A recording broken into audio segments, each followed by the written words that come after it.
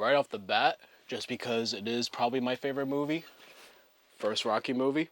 I've been a fan of this movie probably since I first saw it at 14 years old, and like just always loved it. I think what I love about it the most, even though it's such a simple story, it won Best Picture that year, and a lot of people argue that it shouldn't have won Best Picture because there were arguably better movies like Taxi Driver, Network. I don't know. I think it's a movie people needed the year it came out, and also what Stallone had to go through to make this movie. I mean, I think it's just amazing. I have to go with Death to Smoochie because it is a cult classic and it is absolutely amazing.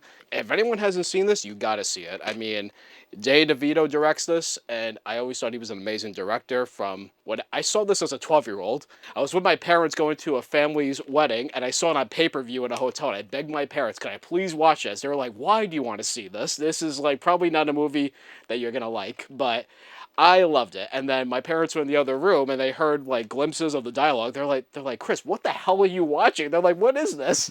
I got it, I have to. I gotta go with The Fly, 1986. I saw this as well as a 12-year-old. I don't know. I mean, as a kid, of course, you're looking for the blood and guts and all that stuff. But as an adult, I'm like, wow, this is like really well done. This is one of the few remakes I think that's better than the original. I don't know. I just always loved the way Cronenberg directs this, and I just think it's an all-time great. I'm Chris Esper, writer, director, cinematographer, and producer, and you're watching the Film Stock Podcast.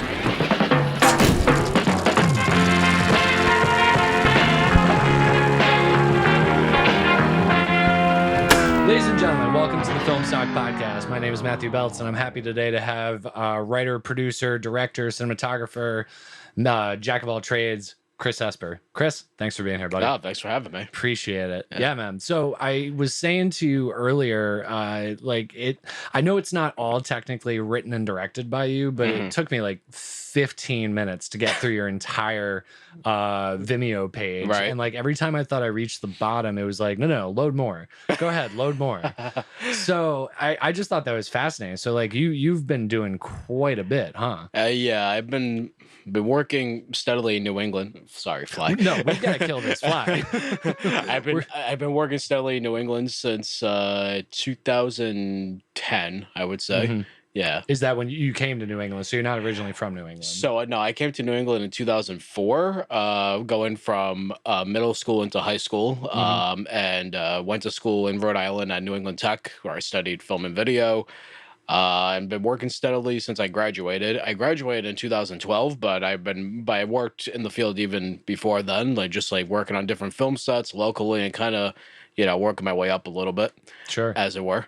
Yeah.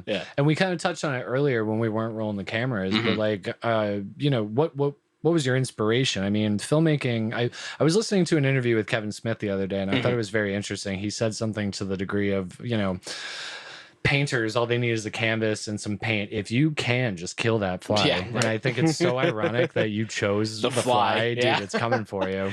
Yeah. But I was listening to this interview with Kevin Smith the other day, and he was saying, I could be a painter and, just get a canvas and some pastels or whatever, or, I could be a writer and just write. But like, I chose to be a director. So it's like, in order for me to practice my art, somebody needs to give me a shit ton of money for me to do my thing. So like, at what point in your life was it like, okay, this is like something about this art form clicked for me, and like this is where I want to go? Sure. So it's two things. First of all, it's amazing being in this room with all these VHS tapes, because that's kind of how my love for film got started, was going to the video store at a time when there was nothing but VHS and blockbusters galore. Blockbusters galore, and except in my case, I lived across the street from a video store. It was like a little mom and pop shop. Oh, cool. Okay. So my folks always took me there. And, they always had the TV on for me, or they would put on a show for me to watch. And I don't know, I just always loved the moving image. But then upon going to the video store, it's like, wow, look at all these movies. And I don't know, there's something magical about picking up the tape, looking at the cover, especially like VHS covers, like the whole like the artwork that was done on the box cover, especially horror movies, they're pretty amazing. So I don't know, I just always loved that part of it, and discovering all these movies, and then with the advent of IMDb and There was this also weird kind of computer game that I had as a kid. It was called Blockbuster Guide to Movies and Videos, Oh, cool. and it was based on the book of the same name. But anyway, so it was like a database with all these movies listed from the early days of cinema up to the present day, which was like 1995 then, I want to say. Hmm. And you could update it by, going what was the early internet of the time and like update the listing to what was coming out in that year or what have you. But it was really cool, and they had like this like trivia game within the CD-ROM, and I learned about trivia for movies by playing that constantly over and over and over again, and like going on IMDb and then being like, oh wow, this person directed this, but also directed that. This person was an actor in this movie, but also and it was like 6 degrees of Kevin Bacon kind of game, Yeah.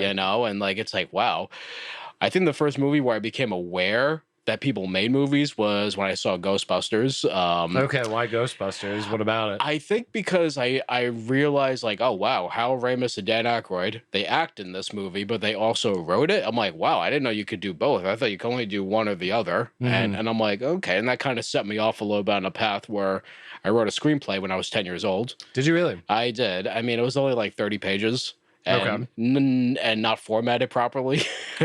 but but I read some producer's name off the credit of Ghostbusters and sent it to Columbia Pictures thinking, yeah, sure, this is how it works, You right? sent it to Columbia. I did. I did. Just pick some random producer's name off the credits and not even thinking twice about it. And, Yeah. and then eventually it came back to me as Return to Sender, probably because I didn't have the right address or whatever, or even the right person. But even then, that didn't even deter me. I was just like, I became more determined than ever to do this. Sure. And for a while there, I was doing acting in high school and, in the drama club, doing all that.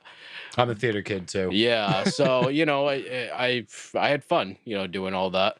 But then I don't know. I think, thing as I got older, I think I was like 16 or 17, I watched various movies and just became a movie buff. But then also, I think the movie that made me want to make movies, and I almost picked it in my picks, but I had seen Raging Bull, Hmm. and I'm like, wow, I love the artistry that gets put into this, and Sure. I had seen the commentary or something thereof on the DVD of what Martin Scorsese was attempting to do, why he chose certain shots, and I became very aware of how directors think from watching that. And I'm like, wow, this is pretty incredible. And then I don't know, that's how I just caught the bug, and then I just started making movies by myself in Hmm. high school with like set up the camera, I hit record, I go in front of the camera, I do the action, I stop camera, I do the same thing, put it together in Windows Movie Maker. Windows Movie Maker. Yeah, Yes, so I we were mean, talking about that the other day. That yeah, was so where we all broke our teeth.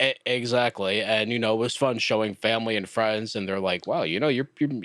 I remember, I think it was my mom. She was like, "Oh, you got talent, kid," and I'm like, "All right." So, and then I decided I really wanted to go forward with that. So I went to school, studied.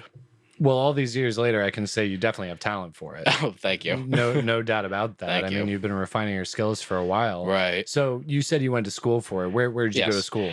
I went to school at New England Institute of Technology, Okay. here in Rhode Island. It's in East Greenwich, Yep. and it's amazing because they're not a film school by definition, and I did learn a lot there. I probably learned more, as anyone does, no matter what school you go to. I think people forget this about film school. There's this misconception that you have to go to film school, and like it's great to go to film school, but the best education is being on the set. The Absolutely. best education is making a film. Yeah. That's experience that you cannot duplicate in school. No. Because like in school you have constraints. You have to make it due on a certain day. The equipment is the school's. There's just so many constraints that school gives you, and so many, and like padding that you get from school that you don't get in the real world. So to me, the real world is the best film school you could ever have. Definitely. There is something nice about film school, though, in insofar as like given the equipment. Like you don't have to go through the rental process or the insurance process. You know, it's all covered. You've got, you know, your edit bays and, you know, screening rooms and whatnot. Yeah, exactly. Right.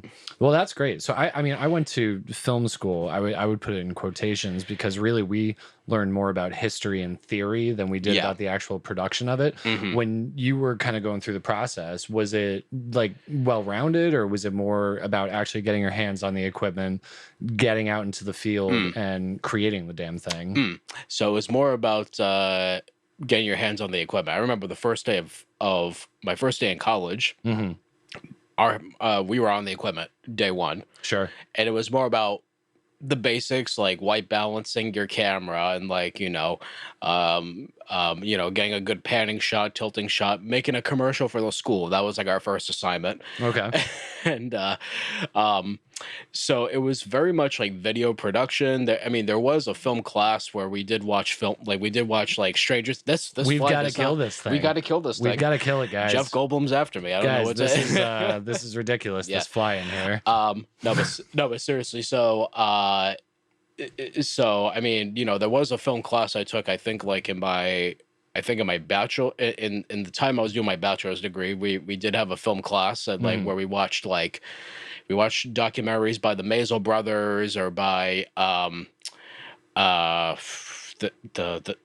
Pennebaker. Yep. You know, like all the cinema verite documentaries. So we did study some of those. I remember watching Strangers in Paradise for a film class, and you know, so that was one of the few film classes I had. Most of it was like how to do 3-point lighting, how to set up a camera, white balance it. Like I said, all the basic stuff, and like commercial production, corporate video production, music production, even so.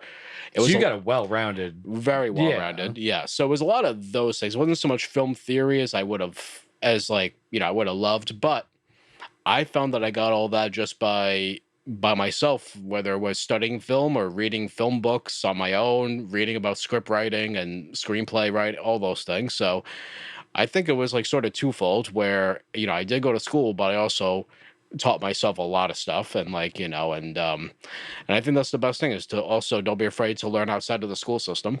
Definitely. And you clearly have done that. I mean, what's the name of your company again? Stories in Motion. So Stories in Motion. When did you end up founding that? 2016. I mean, before then it was just under my name, and you know, I was promoting myself as just my name. There was no, you know, Chris Esper Productions. There was none of that. It was just me. But I was like, you know, I need something to sort of say what I do. And I chose Stories in Motion because that's literally what filmmaking is. And I thought, oh, how fascinating that, you know, I consider myself a storyteller first and a, you know, technician kind of second. But I've also been fascinated by the idea of the start of cinema. You know, the idea that how so? What do you mean? Well, so I mean, if you think about storytelling on its own, storytelling got its start, you know, way back when. People have been sharing stories forever, whether it was since language existed. Exactly. Whether it's hieroglyphics on a wall where they would draw the stories out, you know, people sitting around fires and, you know, they're trading stories with each other, and then over generations these stories were shared. And then eventually when cinema came around, the idea that all this stuff was put into motion by the little Nickelodeons, where you put a nickel in and then you watch, and then a little animation goes. The idea that it's photography, but it's moving. It's wow, that's amazing. And and the idea of cinema has not changed in the 120 years that the medium has existed. There's a recording device, a couple of actors in front of a camera, and you know, one frame at a time creates a moving image. So it's quite literally stories in motion. So it's not a book. It's not a still photo. It's both those things put together. So, sure. And I think that's where the name kind of came from. And now, again, going back to what I was saying about your Vimeo page, I mean, literally 15 minutes to get to the bottom of it. So, and on there, you know, obviously you've got a lot of, you've got a lot of branded content. You've got, you know, interviews, documentary type stuff, but you also have, your short films and whatnot. Right. So was creating Stories in Motion kind of a way to, how do I phrase this? Because, you know, us as filmmakers, and even going back to the idea of you need money to practice your art, was that I'm going to kill this thing. I'm gonna kill it. Somebody's gonna Jesus. He ain't going anywhere. No, he's not going anywhere. We gotta get one of those tennis rackets with the zapper or whatever. So what I was saying though is, you know, you need money to practice your art. Yes. And, you know, in my case, I joined the union, became a locations manager. Nice. And it's like, okay, you work one job and now, you know, you can take a fraction of that money and produce your own content. Right. Was the idea for Stories in Motion to, you know, get paid to practice your craft and then kind of on the flip side, you know, be able to practice your art? Exactly right. I mean, yes, I started it to do branded content, like you said, commercials, did a bunch of wedding videos over the years. I mean, it's not necessarily things that I like obsess and love doing, but it's something that I enjoyed, paid the bills, and it also paved the way to use that money to go towards film projects. And I've done the whole Indiegogo thing and crowdfunding, but like I've always found it very difficult. So I just figured, what better way than to just like control how much money I get myself rather than begging friends and family. Sure. Because that's often what it feels like for me doing the crowdfunding. And I'm not knocking anyone that does crowdfunding. I think you got it. Did I get it? Maybe. Oh, I hope so. I hope you did. He was on the back of my head. I could feel him. Okay. But yes, I understand what you're saying in regards to the Indiegogo or, you know, asking your family for money. There is like I didn't get it. No, you did not get it. All right. Back to, I'm sorry. Where did I leave off, buddy? I think it was, Indiegogo. Yeah, is it gone? I don't know. I think I just saw it. Where is it? I swear to God, it's Jeff Goldblum coming to haunt us, man. It was all because I picked the fly. You had to pick a fly. Is it gone? It just flew out? Woo! Yeah, it's gone. It's gone. Bye, Jeff Goldblum. Goodbye, Jeff. We'll talk to you later. Bring back Gina. All right, let's get this interview back on track real quick. Okay. So practicing your art by, you know, doing commercials, doing all that other stuff, but also being able to flex your voice as a director on your more creative projects. Right. What was kind of the first, you know, you said you made a short film when you were a kid and, you know, that was obviously that, but what was your kind of, would you say first directorial effort that, you know, you kind of put your stamp on? Right. So I guess like the first film where I put it out to a film festival, did all that stuff, hired professional actors, all that. I did the short film in college, or like when I was graduating college. It's called Still Life, and that was about a photographer. Okay. It was a very simple story. Photographer that basically wrestles with his thoughts about his own creativity, talent, which I think everyone goes through. 100%. And I was going through that at the time, and it just felt cathartic to put that onto film. That was like the first film that ever went to a film festival, and you know, and it's the first time I ever experienced submitting my work to film critics and getting reviewed and all. What was that like? You know, it was scary. Oh, there's another fly, right? God damn it. Anyway, so what was that? So yeah, what was it like? You know, obviously it was you put exciting. yourself out there. You put all this time and effort into it. You know, it was exciting. It was scary. It was all those things. The first review I ever got was not very positive. So it was you know, it was a learning experience. You know, and like accepting all that. And it was weird because I was like basically living the film as I was putting the film out there, and like you know, I was like basically living all the thoughts that the main character was feeling. I was, you know, living the idea of getting negative criticism. How do you accept that? How do you use it to your advantage? How do you accept that feedback? And, you know, and, you know, what am I trying to say? Try to use that to better yourself and to be like, oh, okay, next time, let me do this, you know. That's a good attitude to take because some people receive negative criticism and it kind of breaks them and it you know, and deflates them. Yeah. I mean, and at the time I can't say that, I always took it well. I mean, you know, I was like 21, you know, or something like that. So, you know, it was a time of growing where I'm like, oh, okay, no, like this is a good thing. Mm-hmm. And I mean, it's never easy for anyone, but I guess that's the best way you could take it is take it in stride of like, okay, well, okay, you know, like next time around, try this, try that. Get a little bit better. Grow a few inches with every film. And I think that's the beauty of filmmaking and any art form really is like, you don't have to be perfect. You just have to keep growing at your work. And, you know, I think those that question themselves they're actually doing it right. Whereas I think those that don't question themselves, I don't know what I don't know what they're on to like not question yourself. Sure. Because I think if you do question yourself and always like thinking, oh, am I good enough, this and that, uh, you sort of are always on your toes to try to look out for how you could be better, how you can grow. Whereas those are always comfortable, I don't know if they're always like willing to grow, if they're open to that. And I think that's where you can get very stifled as an artist and not challenge yourself. Sure. Yeah. No, I agree with that. I think it's interesting. You talk about your first kind of short film, your first foray into the art process being like deeply personal.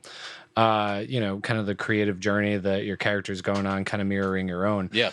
The thing that I've found through watching all of your projects so far is that we'll kill it. Yeah, we'll kill it. We will kill it. We will kill it. But seriously, something that I've found watching all of your projects is, this is a compliment of the highest form. There's something that you put into them that feels deeply personal, like Imposter. Yes. I had no idea what was going on until about like the 5-minute mark. But when I figured out what was going on, I'm like, holy shit. And then the ending, that was unreal. Where did that come from? That felt so personal. And like it felt universal. Deeply personal. Yeah.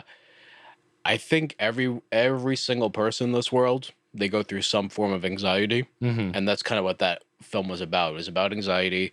Particularly, the name imposter comes from the idea of the imposter syndrome, the idea that one feels like a fraud when they present themselves, whether you're at work in a business meeting or if you're presenting your film or your art piece, whatever.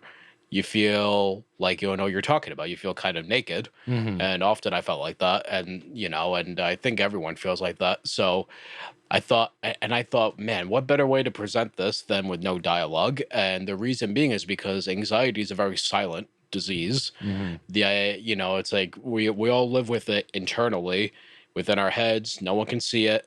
Only we recognize it. So that's why a lot of the characters have anxiety. It's personified by another being. And in the film, we portray the anxiety to take the form of the younger self of the character, because I think a lot of times, anxiety comes from probably stems from when one is younger, whether it's teenage years, even a little kid, maybe older. It depends on the person, of course, but that's kind of where it came from. It came from the idea of like having gone through that, knowing a lot of people have gone through that, and I thought, I thought, okay, how could I do this in a way that hasn't been presented before? I mean, there have been plenty of films about anxiety, definitely, but I was like, okay, how can I do this that's unique to me and like how I view anxiety? So I tried to find a way that was like my voice to present it, and yeah, that's kind of where it came from. It's a beautiful film. Oh, thank it's you. A really beautiful film. What was the what was the process of putting it on the screen like? Like, how long did you shoot? Was it a big crew? I mean, obviously you've got the main set piece being the bus. Right. What was that like? So putting the film together was fun. I mean, I had a great team. I worked alongside with On Edge Productions, which is Tom Mariano, Lisa Wynn, and Lisa's one of my closest friends, but she's also really good at like looking at something in other angles, and like maybe she might see something that I didn't consider. Like the character, like the veteran character, that was not in the script. That was her idea. That was a great addition. Yeah. That was her idea. And like she knew that because her father was a veteran. And so I was like, oh, that's a really good idea. So she took what I had, and which was like kind of a simplified concept, and then she helped me deepen it. So, it's funny. And like, that's the thing about doing interviews like this is like, I'm sitting here and I'm talking about my films, but like one does not live in a vacuum, Like, filmmaking certainly isn't that. Exactly. I mean, there is one person at the helm, but there are a lot of voices that need to be funneled. Exactly. So really, there should be like dozens of people sitting with me. I'm serious, because it's like that. It's a collaboration. I mean, and the thing about directing, it's really interesting, is that like so many people have so many amazing ideas, but even if the director did not come up with the idea and someone else did, it ends up on the screen, then I look brilliant, even though it wasn't my initial idea. But all the contributions of every person involved can better your film, I think. So anyway, getting off that tangent. So Sure. no, but Lisa and Tom, both of them, they were very instrumental in making that film. They came to me with great ideas. Tom plays the lead character, and he also helped me produce it.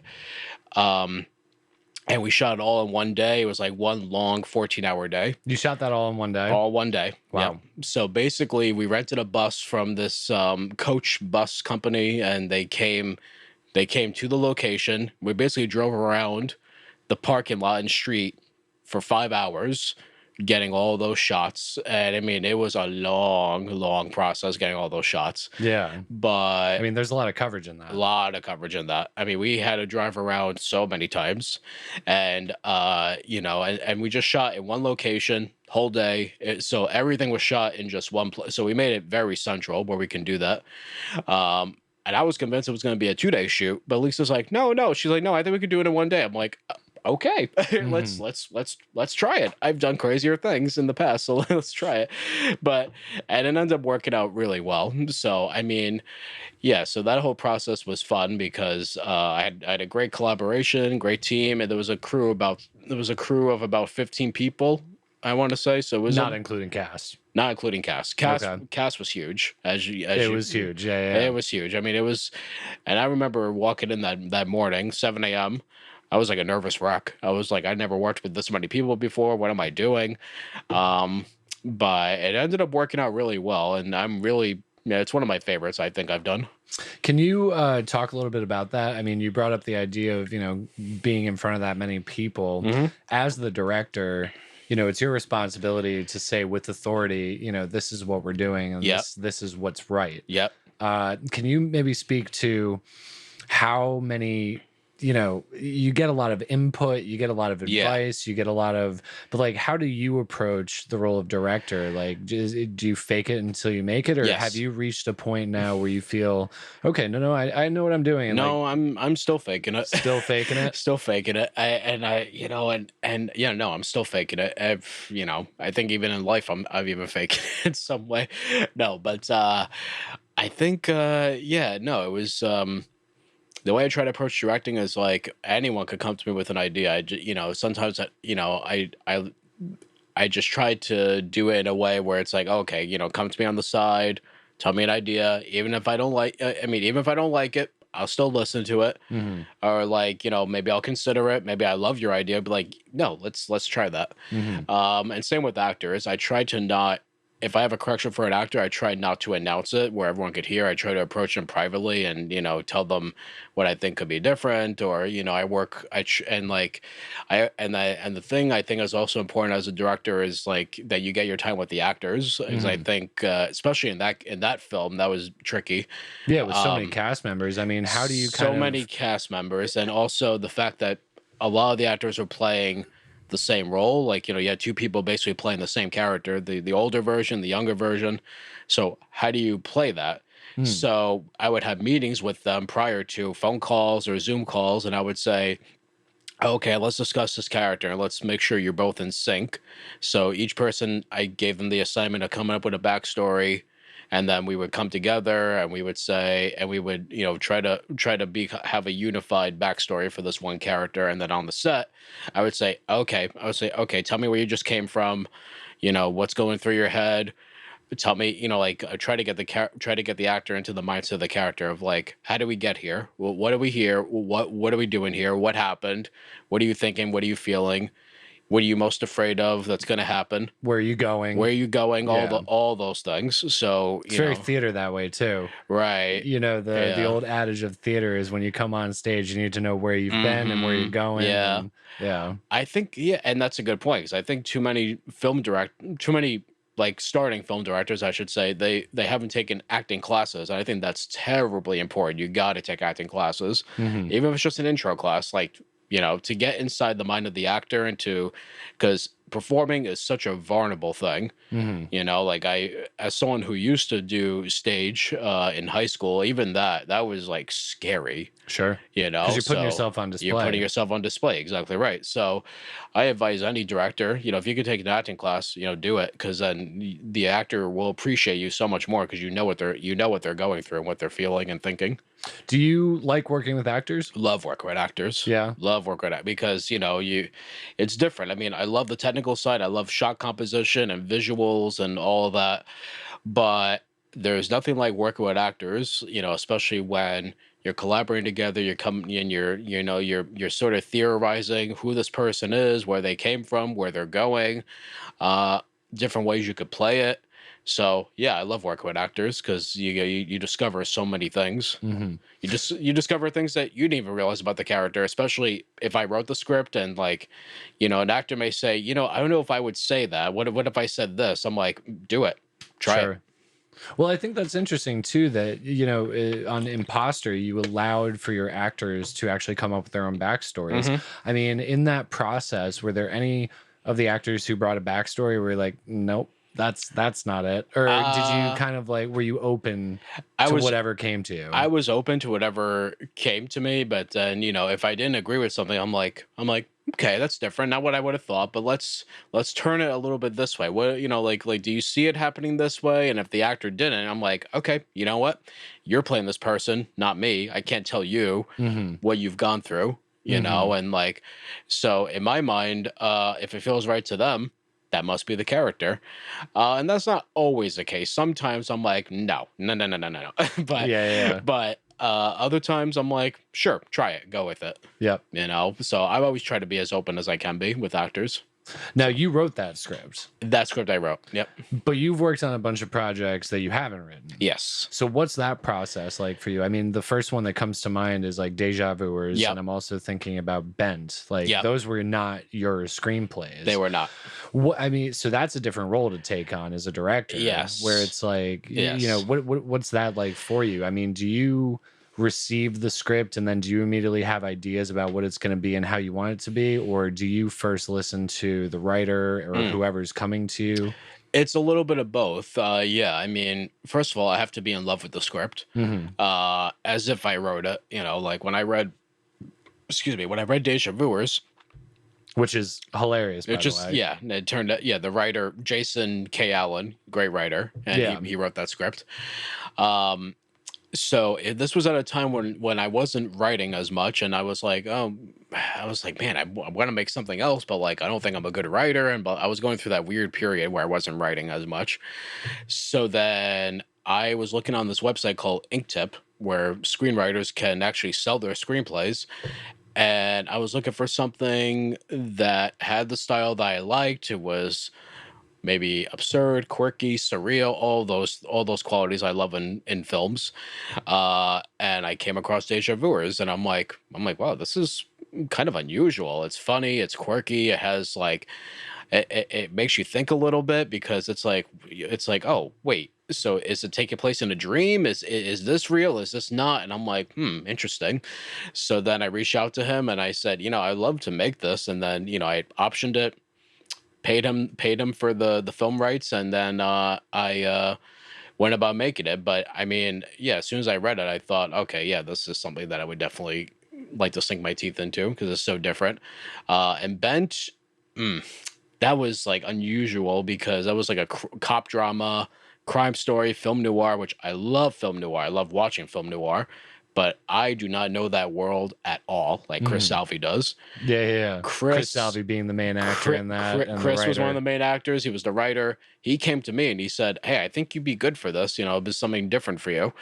And he's right because at the time I was mostly known for doing like either these weird comedies or these unusual dramas, and then he came to me with this, and I'm like, I don't know. But then I was like, you know what? Yeah, let me try. I think it'll be fun.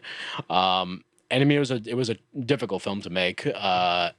Not even just because I had a hard time grasping the material and trying to understand it, but it was also like logistically locations and scheduling, all those things. That was a challenge and a half to make that film, but a lot of it taking place at night. a lot of it taking place at night, and also the fact that we were shooting in Fitchburg, so it was, a bit of a drive for everybody involved. Sure. Why'd you guys land on Fitchburg? Because Chris lives there, and he knew a whole bunch of locations, and he was like, "Oh, we could easily shoot it here," and I mean, it had the right gritty feel that we wanted for the film, and it just happened to work because because at least him and one of the other main actors, Justin Tebow, they both come from Fitchburg, so we just sort of landed on that because I was like, okay, well, I can't think of any other place at the top of my head that has the look that we want, so let's go with this. Let's just go with it. Sure. So we kind of landed on it just out of convenience, and it worked out fine. But yeah, that was a challenge because I was going into something that I didn't know the world at all. So Chris showed me around Fitchburg, showed me all the gritty locations, introduced me to a police officer who gave me the lowdown as to how the system works. Oh, get out, really? Yeah. Oh, cool. And then we had a cop on the set that was like showing the actors how to hold a gun, how to handle a gun, how to come in with one, all those things that I wouldn't have known otherwise. So Yeah. I tried to be as accurate with it as I could, based on my limited knowledge. So I did learn a lot, and it was challenging to direct something that someone else originated. So I mean, that part of it is tricky because same thing with Jason. I would send him cuts of Deja Vuers, and I would say, "This is how you wrote it, but this is how I would probably edit it and cut it together and all that." And my interpretation of something could be totally different than what they wanted. A writer could want something to be more subtle. They intended something to be more subtle, or I could accidentally make something over the top, or vice versa. They saw it as over the top, I saw it as more subtle. Sure. So that part of it is tricky. And then, Chris was good as a writer in that he would allow me to change anything. And Jason was the same way too. So, they were both very open. Now, if you don't mind me asking, though, it's like, okay, it's one thing. So you're describing two different scenarios here, though. You're describing one where, let me clarify. Yeah. Was Jason on set? Was he involved? No, Jason's from Tennessee, so he was not involved. So, but I would email him and I would say, "Here's what I have for a cut. I think we could take this out. This joke isn't working for me. This joke doesn't land. I don't think this is as funny." And he would write back and he would say, "You know what? You're right."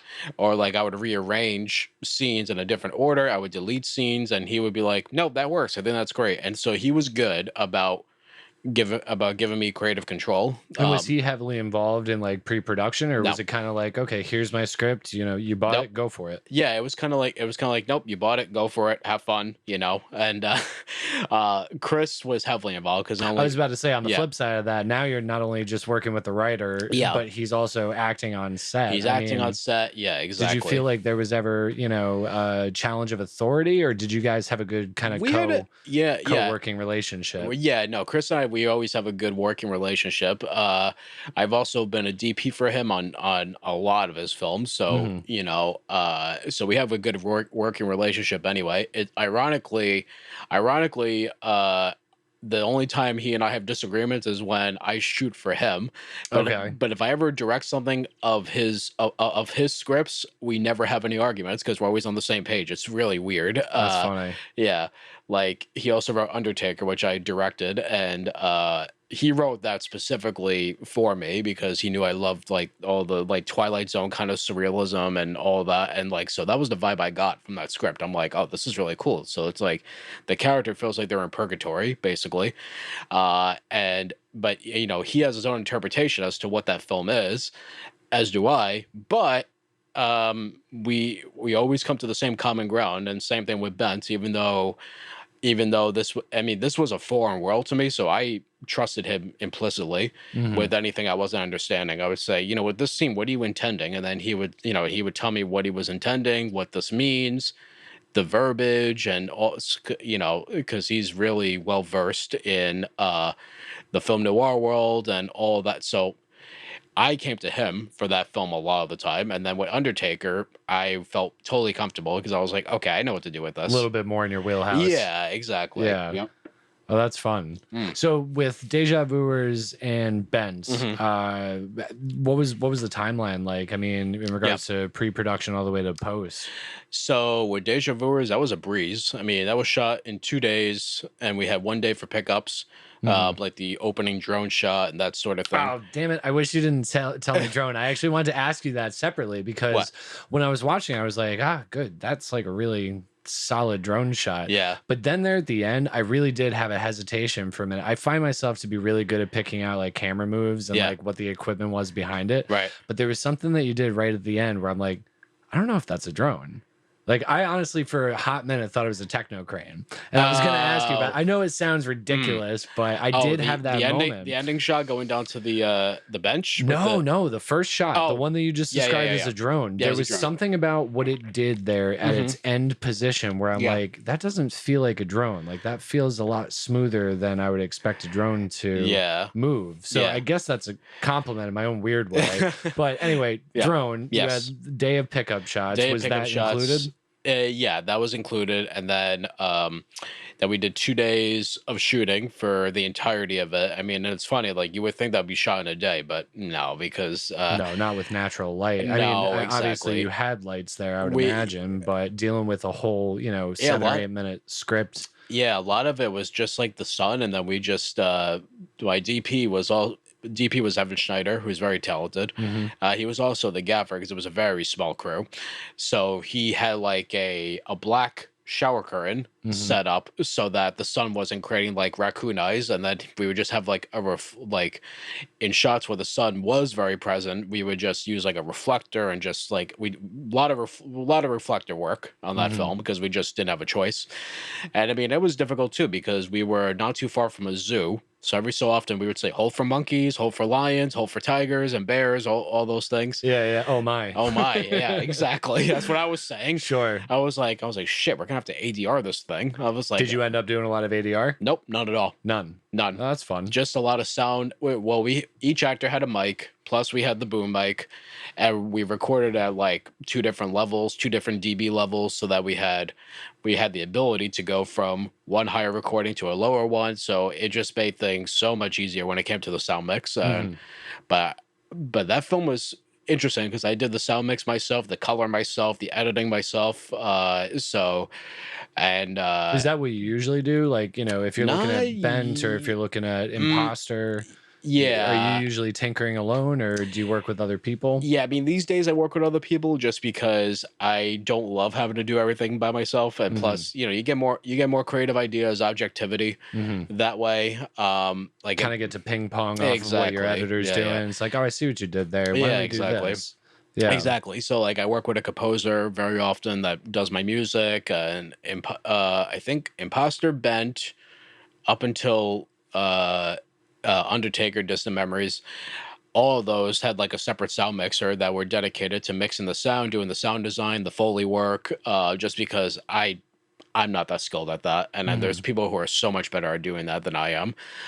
Coloring, sometimes I mostly do it myself just because I figure I'm already doing the edit. I might as well do the color. But I would love to work with a colorist. I know plenty of great colorists, but I also do that professionally from time to time for different projects. Sure. Yeah, the music. I'm thinking about the music at Imposter now. That was a character in and of itself. Oh yeah, to kind of carry that whole film. I mean, obviously, what the material with which you wrote and the acting and whatnot. The cinematography was all beautiful, but the music ended up being a character in and of itself. Oh yeah, and kind of it didn't even it completely erased the idea in your head that there wasn't any dialogue. Right. You know what I mean? Yeah. And it's interesting because Stephen Cafaro, who was the composer, he's brilliant. And he had this interesting, like the references I gave him were Philip Glass and Eric Satie's Jim Novides, like a French composer. So those were like my temp tracks when I would send him cuts. And so I was like, I want something like this.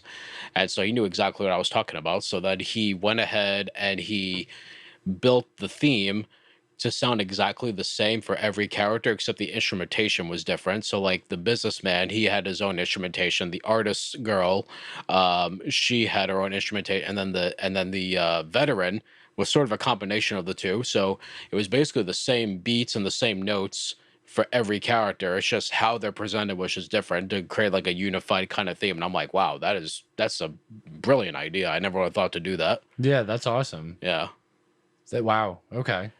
And do you still work with him? Yeah, every so often. Like the last film he did was Undertaker for me. My most recent film, I actually decided to have no music at all. Okay, that's Yeah. interesting. I guess we can get right to it. Your most recent film, remind me the name of it. Distant Memories. So Distant Memories. Yep. You sent it to me. Yep. You know, obviously it's going to premiere at Summer Dance. Yep. But you sent it to me, and when I watched it, it still had you know, some sound work that needed to be done and whatnot. But there wasn't a soundtrack, so that's gonna stay. That's gonna stay. Yeah. Oh, very cool, very cool. What's the decision making behind that? Well, because you know, I just thought, you know what, this is so emotional as it is, like the subject matter. I was like, it doesn't need music, because with a subject like this, I felt that with music, it would almost be manipulative than what I wanted. I wanted something that felt real.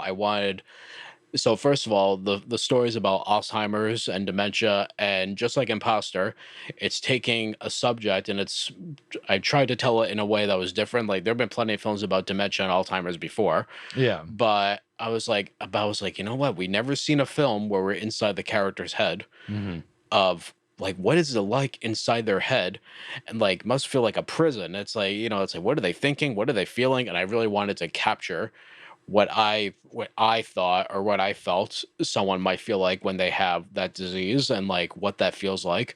So I've enjoyed the idea of like of the character being trapped in her head.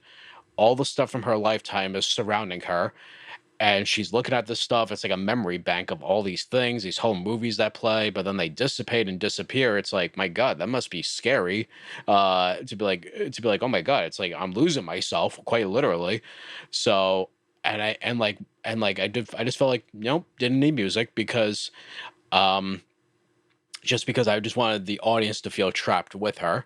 Definitely. In a way. So yeah, so that was the decision behind that. It's like, you know, let the sound design be the music, as it were. I think that was a really bold choice. I can't wait to see it when it, you know, hear it when it's all finalized at the festival. Yeah. I have to also commend you. So I've known Sissy O'Hara for years now. It's been a long time since we worked together. Yeah. But I've seen her in a lot of stuff, and she's a very talented actor. I gotta say, this was probably the best I've ever seen her. I agree. No, she is. I've known her for 14 years, going back to one of the early projects where I was a cinematographer and I was still learning. I didn't quite know what I was doing. But we became fast friends. You know, she's easy to get along with. So easy to get along with, and so easy to work with as an actor. She comes up with great ideas. She's like always present, always professional, just always on it, and like, you know, always trying to you know, always puts out a great performance. Always. I've never seen her put out a bad performance ever. So yeah, no, I love working with her. She's a good friend. But what were your conversations like leading up to this? I mean, what she seemed to do on camera just felt so natural and vulnerable. I mean, did you guys, you know, have to talk a lot about the script, or did she kind of just click with it? Well, I mean, yeah, we did a little bit. I mean, and again, just like with Imposter, because her character, just like an Imposter, there are variations of her character in different stages of her life. So I did basically the same technique I did with Imposter. I had all the actors that were playing the role of Anna come together. We all met on Zoom, and we basically discussed, who is this lady, what's her backstory, what's her family life like, and getting down to all those details. Like, we discovered that she's an Irish Catholic girl. We discovered, you know, that her family always had a knack for filming life events, and, you know, always tinkering with that kind of thing. So we tried to incorporate as much of that stuff as we could into that. And so, you know, so that's how I worked with her. And then on the set, we would just apply that, and you know, if there was something that I thought could be different, I would just take Sissy aside and I would say, hey, can we try this, or can we try that? And she was great about that, just like trying something different, or just, or if she had an idea, I would say, yep, let's go for it, let's try it. And then, you know, I would get to the editing room and I would watch it, and if I, you know, put it into the film if I thought it worked. you know? For sure. So, yes, I mean, just like with any other actor, I just try to be open, and, you know, she got great ideas, very talented. So I try to give free reign, but at the same time, I try to, you know, rein it in whenever I have to. So, Definitely. Definitely. Now, I like to ask this of all of our guests. mm, What's your philosophy on, number of takes? Do you do a lot of mm, takes? I mean, that movie in particular has a lot of coverage, yes, but are you, like Clint Eastwood, two and done, or are to you it. more on the Fincher level? Um, I'd say I'm closer to the Clint Eastwood side because I only do a lot of takes if I feel it's very, very necessary, but I try not to, only because to me it could sometimes exhaust the actors, it could exhaust the morality of the set, it could exhaust just everyone in general. And you know, I think also too, when you're also producing your own film, you have the schedule in your head, you're like, oh geez, we're gonna move on, Yeah. you know. So like, and you realize, oh no, I've been spending an hour trying to get this one master shot when we have all this coverage to get.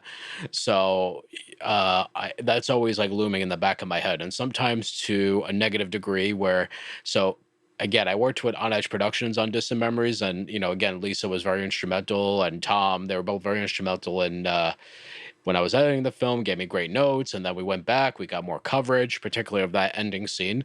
A Yeah. lot of those shots were from a pickup day because we just did not have enough coverage. And I'm like, and then Lisa's like, you know, we should go back and get more coverage, really get that emotion. And I'm like, all right. So then went back, got more coverage. So it's invaluable to have people who are honest with you, giving you good feedback, and you know, looking out for the betterment of the film. Um, now I'm forgetting what point I was making before then. I'm following you.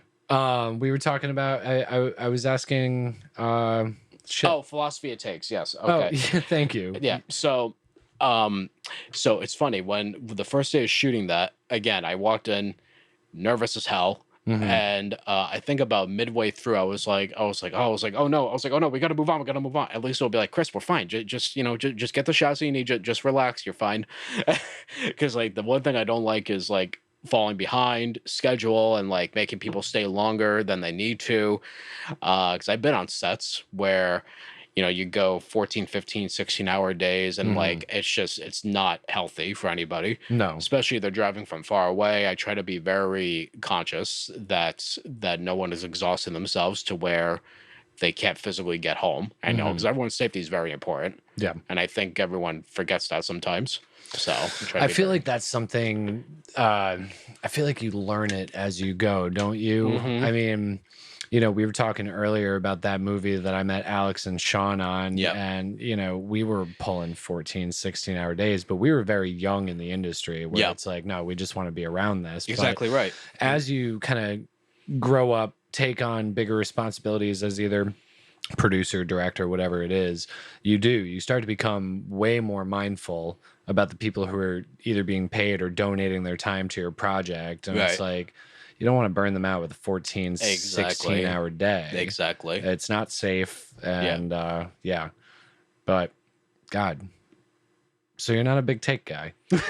I mean, it depends on the shot. Like, if it's a shot that requires a lot of movement, or like I'm looking for something super, super specific, then yes, I will do. I think the most takes I've done were like 10 at the most. That's not bad. Yeah. I mean, I try not to, just because, again, I don't like exhausting the actors. I don't like exhausting the possibilities too much. And, you know, there's only so many times you can do the same thing to the point where you're like, okay, this is either getting better or it's the same or it's worse.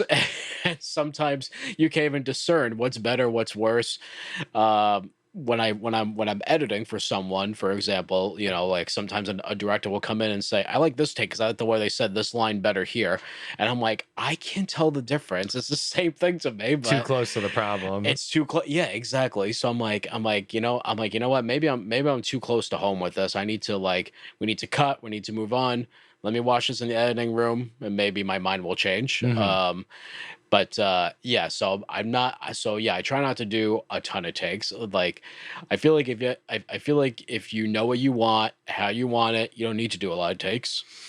Fair enough. Yeah. But conversely, some directors think otherwise. Like, get as much as you can, get as much variations as you can, which I agree with that to some extent, but I think also if you know what you want and there should be no questions asked, you should just go in, shoot it, and move on to the next. Yeah, I was listening to something with Herzog the other day, and he's like, if you're doing more than 5 takes, you don't know what the hell you're doing. But then again, he's fucking insane. Yeah. Something else I want to ask you about Please. is in this project, you use mixed media. Yes. I mean, like, corrects me where I'm wrong, but it looks like you're using like DV cams, like you're actually using film. Yep. Is that real? Like, it's real that's film. not just like a post effect? Nope, not a post effect. I was very adamant about that. Yeah. I mean, and it's funny, my cinematographer on it, Nelson Reese, he's fantastic, very talented guy.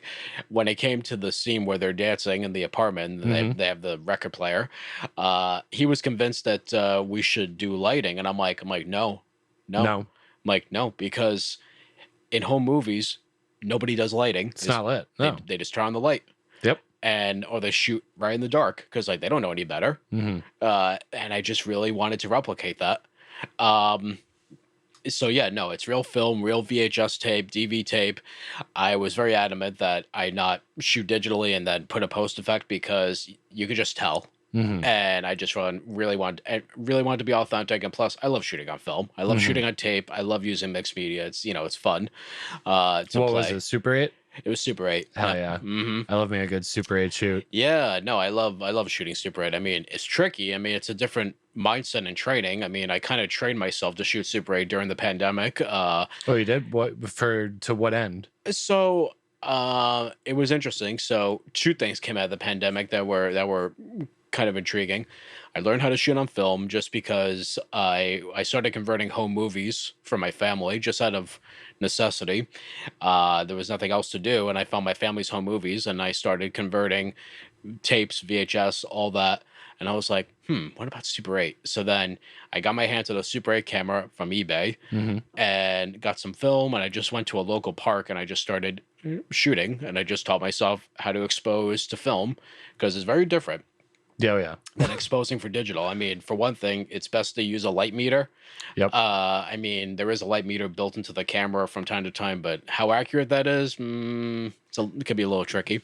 Yeah, I got myself a Super 8 camera during the pandemic as well. And, the one piece of advice I was given by a colleague of mine, she said that whatever you're getting off eBay, they can say it's as great as, they can make it, but you still need to troubleshoot it because you don't know what the defects are. Right. My footage came back, the light meter didn't work. Oh, so, no. Everything was either overexposed or underexposed. Right. But that's awesome that you got to do that. Yeah, it was fun. It was a lot of fun learning how to do that. And I was determined to use it on some kind of project. I wasn't sure what. And then I remembered I had this script laying around for a couple of years, and I'm like, oh, I think this script would be good for it.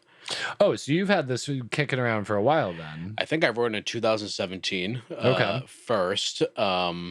I was gonna make it at one time, and then the stuff goes. Like you say you're gonna make it, then like something happens. You're like, no, I'm gonna make this one instead. Or like, nope, life happens. I don't have time, don't have the money. And then I think Lisa Wynn came to me, and she goes, oh, what? Why don't we make that script that you have? I'm like, all right, sure. So then.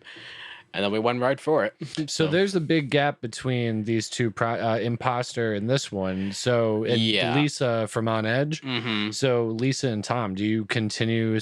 You guys continue your relationship? Are they like your main producing partners? Yeah, I mean, Undertaker, I did myself. They weren't involved with that. I mean, Undertaker was done in the interim between Imposter and this one, and then I did a little documentary project during the pandemic as well.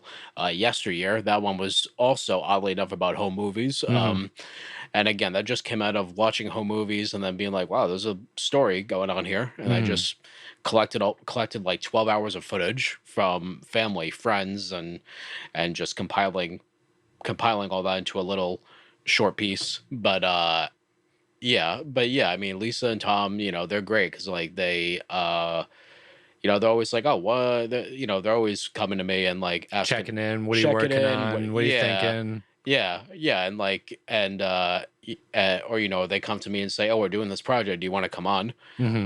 Because like Lisa started writing something. Tom has a bunch of stuff that he's working on. So I mean, every so often, if they have something and they think of me, they'll come to me and say, "Hey, you want to work on this?" Or like, "Do you have something?" Sure. So yeah. Sure. Well, that's good to have people like that in your life. That's for Hmm. damn sure. It's interesting. Yesteryears, I was able to put that one down. I Hmm. actually watched it a couple of times. Yeah. I was This goes back to what I was saying earlier when I was talking about Imposter and just like the general tone of all of your work. It's Hmm. amazing how you can kind of take whatever's personal in your life and kind of transcribe that to Yeah. film. And this was very interesting because there is a slight narrative, Yeah. but what I found the most interesting was just kind of like the vulnerability of showing us all of your home movies, but it didn't necessarily feel like, when somebody sits you down and they're like, we're going to watch the old home Yeah. Right. movies, Right. and Right. you kind of roll your eyes. I was like, no, there's something like really beautiful about the way this is moving, and some of Hmm. the edits that you chose to do kind of juxtapose, like my favorite one, and I don't know why, but I loved when you were cutting between, I would assume it was your grandfather blowing out his birthday candles, and what might have been either yourself or like maybe a sister or cousin blowing out their birthday candles at Oh, like the age right. of 2 or 3. Yes. And I was like, there's something really powerful about like, that juxtaposition Yeah. about passage of time with the Hmm. old and the young. Yeah. So yeah. No, those two people are not members of my family. Not members of your They're family. not. Okay. No, and I did that purposefully because I didn't want it to be just my family's home movies because that would have felt a little too personal, a little too much. So I was like, let me mix it up with people like friends or like maybe people I even do not know. And the challenge there was how could I draw emotion out of home movies from people I do not even know, and how do I care about them? Hmm. And so that was kind of a fun challenge. And then plus, I thought, man, how fun would it be to build a film out of nothing but just archival footage? Like, how does one do that? Hmm. Um, so that was sort of the thrust for experimenting with that was the idea of like, oh, okay, how do I build something literally out of nothing when I could not shoot with people because of the pandemic and not having a crew and just having previously shot footage? Like, how do you do that? And what I discovered, which was interesting, is that a lot of these people that shoot these things, they really are, even though they're not professional filmmakers, they are filmmakers. And it's Hmm. it's interesting because a lot of times these home movies were shot as if they were meant to be edited, because I've noticed a lot of times people got the wide shot, then they went for the close up, then they would go back and they would do another angle. I'm like, wow, like I know they didn't intend for it to be edited, but wow, like it's Yeah. really cool.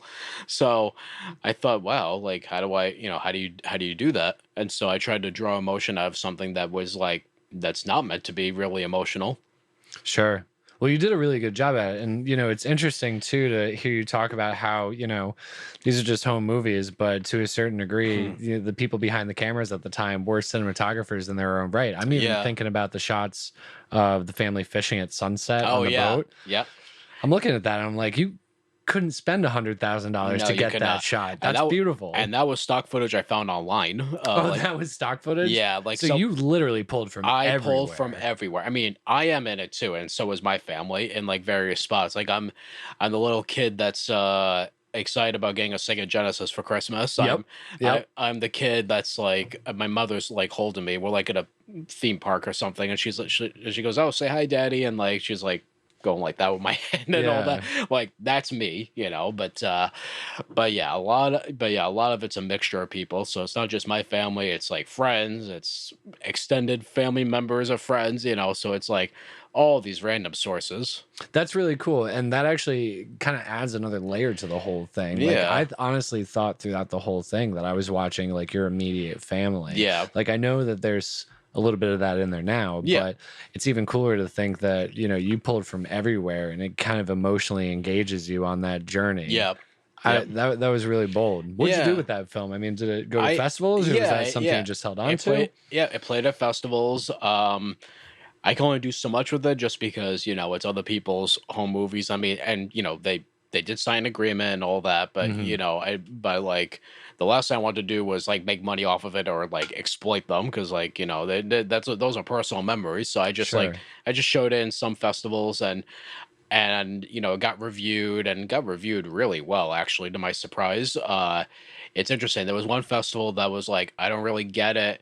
It would have been more interesting if you had interviews with these people as they reminisce and talk about it. I'm like, that's not what I wanted, though. I wanted you to feel something without anyone describing it, because the beauty of filmmaking is just the visual part of it, and like getting something out of it without being told, Mm-hmm. without being spoon fed or told, like, oh, this is this, or I'm sounding like Deer Hunter, this is this. This is this. This isn't something else. This is this. This is this. Yeah. No, but yeah, I just really wanted the images to tell the story, and not necessarily the family member saying, oh, this is Christmas of 1956 or whatever. I disagree with that reviewer entirely. I do not. If you would put interviews in there, I feel like it would have taken away the power of it. Honestly, it felt Agreed. like kind of being in a dream. Like Agreed, when you yeah. go to bed at night, you see all these random things. They don't necessarily make sense Exactly until right. you step away from it and think about it later. Exactly right. Yeah, I wanted it to feel like that you took the tape or the film reel out of the garage, you dusted it off, you played it, and that's exactly what I wanted it to feel like. And in those home movies, you don't see anyone being interviewed and saying like, "Oh, yeah, this is from this era. This is, it just I wanted to feel authentic like that." And So, was it just you alone that worked on that yeah. project then? Well, with the exception of the music, yes, it was just me. Same Same composer. composer. Yep. Remind me his name? Stephen Cafaro. Stephen Cafaro. Yeah. Yeah, I'm gonna have to check out his work. Yeah. So, like, aside from doing scores, is it on Spotify? Do you know? Because he's really talented. Yeah, he's a musician. He teaches music. Yeah, he's very prolific. Cool. So, what are you working on next? So right now it's finishing up Distant Memories, getting it ready for Summer Dance. I have a whole bunch of scripts I wrote, shorts, but I'm looking to jump into feature filmmaking. Get out. What do you got? You got any scripts that you've written? I do. I have 2 drafts I wrote. Well, I should say I have one script I finished that's like sort of a third draft, and then I have another script I just finished the first draft, and I'm working on a third one to build like a little portfolio to hopefully get some eyes on them, and then maybe it takes, because the thing about this business, it takes one person to just believe in you and be like, okay, yeah, I'll help you with your vision come to life. So, I'm hoping one of the 3 will I could get made, and jumpstart into feature filmmaking. I mean, it's really, for me, it's not really about like getting the fame or recognition. It's really just about, I have something to say, and I happen to want to say in a longer medium than I could do in short films. And how it gets seen, well, that's the tricky part of it. You had Gabrielle Rossett on this show, and she was, she made good points about, getting eyes in front of your work is probably the hardest thing. Definitely. Like film festivals are great, but there's always that barrier of the judges, whether they say yay or nay, as they should. I mean, that's the whole point of it. But there's always a middleman, whether it's the studio system, the distributor, and what have you. And she made a good point of saying that it's always about the bottom line. Is this based on anything? Is this a remake? Is this, and all that? But how are we gonna get our money? How are we gonna get our money? Right. And to me, it should be about the filmmaker's voice. I think that's more important. But unfortunately, we're not really in an age where that's become important. I mean, film festivals are a great way to see that, but again, it's finding the right festival. It's finding the festival that's going to give you exposure and get people to see it. Do you like the film festival circuit? I love the film festival circuit. Yeah, because like you meet so many amazing people. I met so many collaborators just by going to film festivals. That's how I met Chris Salvi. That's how I met Gabrielle Rossen. That's how I met so many actors. So yeah, I love the film festival circuit because you just you meet so many amazing people. You see so many great films. So I love it. I think it's great, but it's also tricky to navigate because there's a lot of factors that go into submitting, such as what's the theme of the festival, where are they located, are you going to be actually attending, so you can't just submit to festivals willy-nilly. You have to cater your film to the festival and really understand, okay, is my film right for this festival? Which festival do I have the good chance of getting into? I mean, you can't just submit to Sundance and think you're going to get in. Sure. Because I mean, the thing with Sundance is they accept 1.1% of what they receive. Yeah. I mean, It's really tricky. I mean, I give anyone credit that tries, and I've tried too. But I mean, when you look at those factors and you understand, okay, this could be really tricky. I mean, unless you have like a name actor in your film, then maybe you have a better chance at getting in. Mhm. But there's certainly nothing wrong with like the small tier film festival or the local film festival because they are all about the artistry, the filmmaker. There's workshops, there's Q&As, there's networking events. So there's a lot of benefits to film festivals that I really love. Definitely. Mm.